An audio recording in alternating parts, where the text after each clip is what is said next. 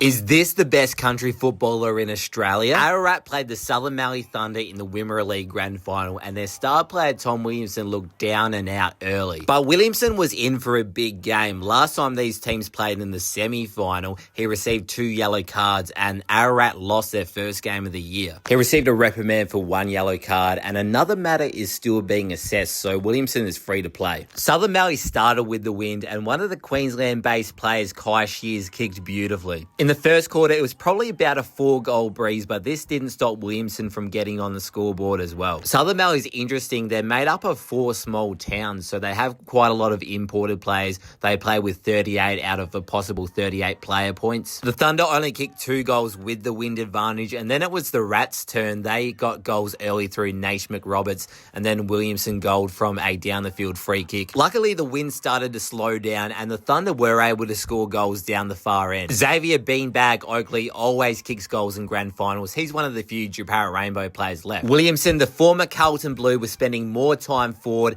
and kicked his 3rd goal. But I thought Southern Mallee were playing the better footy, and at halftime, Reed Polak marked. He played waffle, but more interestingly was on Love Island a couple years ago and actually has more followers than I do. But it was difficult to get distance on the kicks down that end. Southern Mallee needed to kick their goals in the 3rd quarter, but it didn't start well when Brodie Griffin kicked a ripper from the pocket. Thunder captain Billy Lloyd was runner-up in the league medal during the week and is the brother of Jake Lloyd from the Swans. His kick found Coleman Shack, former North Ballarat VFL player who's originally from Hopeton, one of the Southern Mallee clubs. I thought this goal would get the Thunder up and about, but Ararat was so solid defensively in the 3rd. Williamson found space on the wing and actually kicked it over his teammate's head going against the wind. The long kick gave Ararat another opportunity, and it wasn't looking good for the Thunder. The Ararat Rats were looking for their 3rd premiership in a row. Tom Williamson had a strangely low amount of votes in the league best and fairest. He led the count the past 2 years and probably should have led it this year. He entered the AFL mid-season draft this year, and if anyone could play AFL in country footy, it would be him. Brodie Griffin got another great opportunist goal. Ararat were missing a couple plays, but he was stepping up. In the final quarter, the Thunder were cooked. Going against the wind was just not going to be good. Williamson was getting advice from the Thunder crowd, but he can play inside mid or deep forward just as well. Since Williamson has returned to Ararat, they've won 3 premierships in a row.